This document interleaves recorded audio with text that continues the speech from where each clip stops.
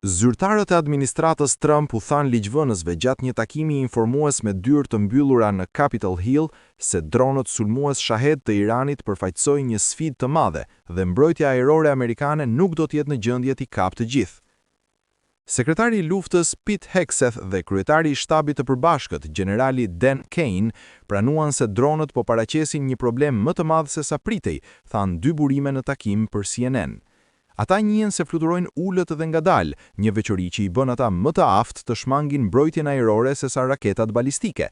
Një burim tjetër i njohur me takimin informues tha se zyrtarët bën një përpjekje për të minimizuar shqetësimet në lidhje me dronët dhe vënë në dukje se partnerët e shteteve të gjirit kishin grumbulluar interceptor. Zyrtarët ishin në Capitol Hill duke informuar ligjvënësit, ndërsa lufta me Iranin përshkallëzohet, duke kërcënuar të shkaktojë një krizë globale energjetike dhe të destabilizojë lindjen e mesme. Presidenti Donald Trump të martën tha se shumica e instalimeve ushtarake të Iranit janë shkatruar dhe se sulme të reja kanë synuar udhëheqjen iraniane. Zyrtarët tha për CNN, një burim i njohur me informimin, i shpërfillën pyetjet se si SHPA-t do ta parandalonin Iranin të bëhej një shtet i dështuar dhe thanë se ndryshimi i regjimit ishte një qëllim dytësor. Në prezantimin e tyre para ligjvënësve, ata përsëritën qëllimet e përcaktuara së fundmi nga Trump, të shkatrojnë aftësitë raketore të Iranit, marinën e tij, t'i japin fund ambicjeve të tij për armë bërthamore dhe të ndalin vendin të armatos grupet militante. Zyrtarët gjithashtu nuk treguan se kush mendonin se do të ishte udhëheqësi suprem i ardhshëm, sipas një burimi të njohur me informimin.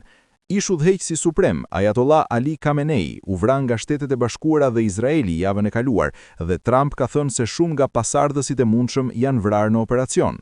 Procesi kompleks i gjetjes së një pasardhësi është duke u zhvilluar.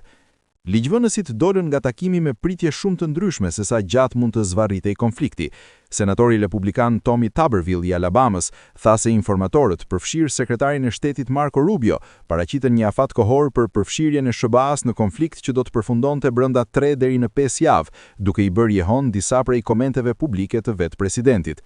Por senatori republikan Josh Hawley i Missourit tha se besonte që zyrtarët nuk komunikuan një datë të mundshme përfundimi. Mua më tingëllonte shumë e hapur, tha ai.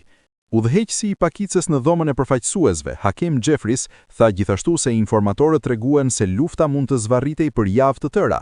Nuk ka asnjë shpjegim se çfarë e shtiu në të vërtetë vendimin për të ndjekur këtë luftë të zgjedhur, në mungesë të ndonjë prove se ekzistonte një kërcënim i menjëhershëm për Shtetet e Bashkuara të Amerikës apo interesat amerikane në rajon. Ndërkohë, i pyetur nëse do ta quante veprimin ushtarak amerikan luftë, pavarësisht mungesës së rolit të Kongresit në autorizimin e forcës atje, kryetari i dhomës së përfaqësuesve Mike Johnson e quajti atë një operacion. Është një operacion i rrezikshëm dhe i rëndësishëm, na duhet të vepronim sepse kishte një kërcënim i menjëhershëm, por nuk ka një deklaratë lufte. Kongresi nuk ka votuar për të autorizuar luftën me Iranin, shkaktuar kritika të ashpra nga demokratët dhe disa republikanë, që e krahasojnë luftën me luftrat e Afganistanit dhe Irakut. Ligjvënësit votuan për t'i autorizuar. Mbrojtësit republikanë të veprimit të Trumpit thonë se fushata e Iranit është si ndërhyrja e presidentit Barack Obama në Libi, ku ai nuk kërkoi miratim Kongresi.